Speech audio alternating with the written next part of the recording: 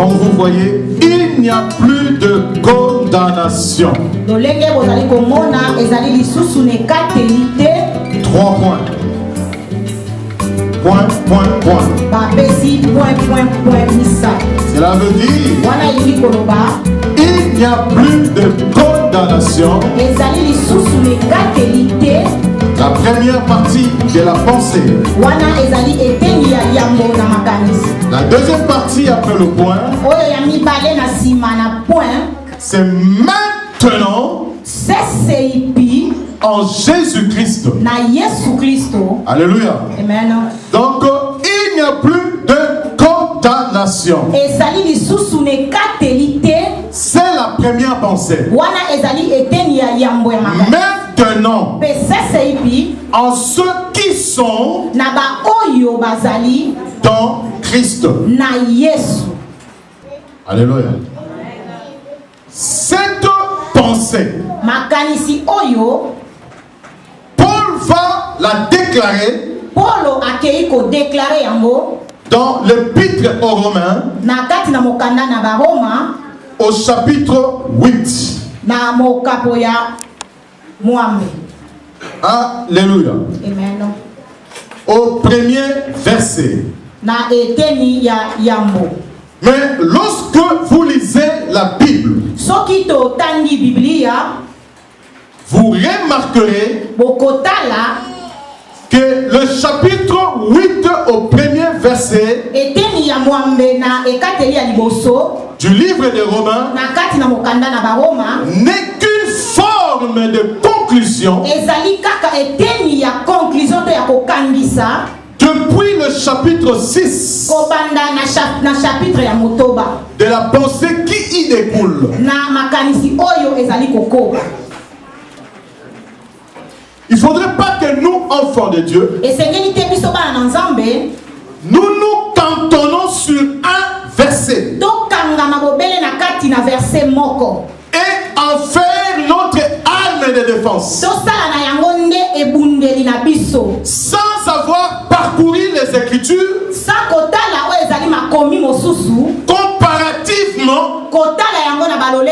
pour comprendre pourquoi en cette place il a été déclaré comme si. Alléluia. Beaucoup libèrent cette phrase avec certitude,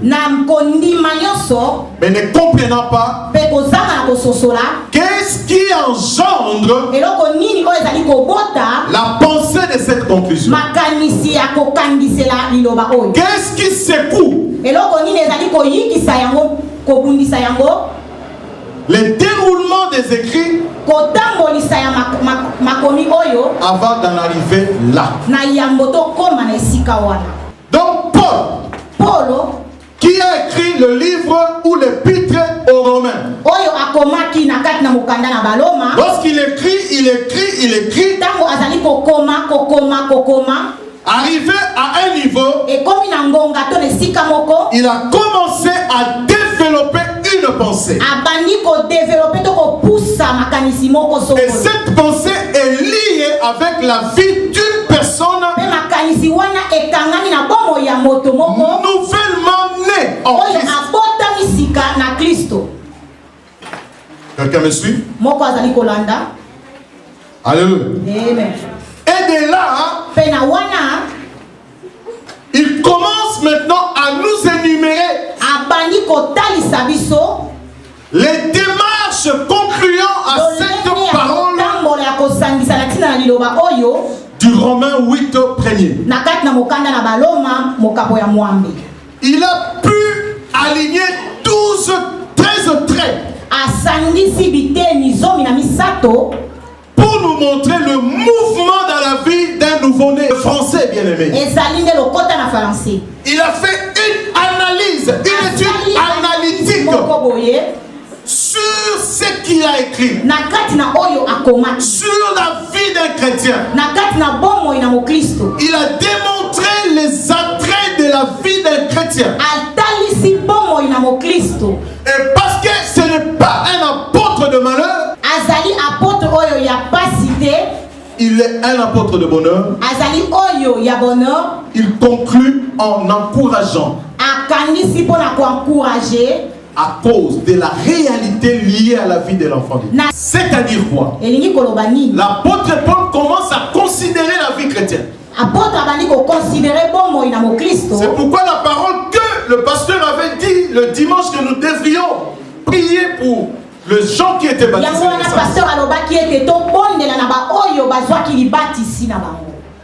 Cette parole était frappante et elle est dans la Bible. Marc dit ceux qui auront cru et qui seront baptisés. Donc il y a une liaison entre la croyance et le baptême. On ne peut pas dissocier ces deux choses.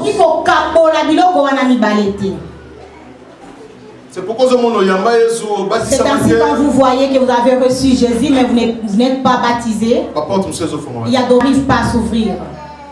Donc il considère la vie chrétienne à partir du baptême.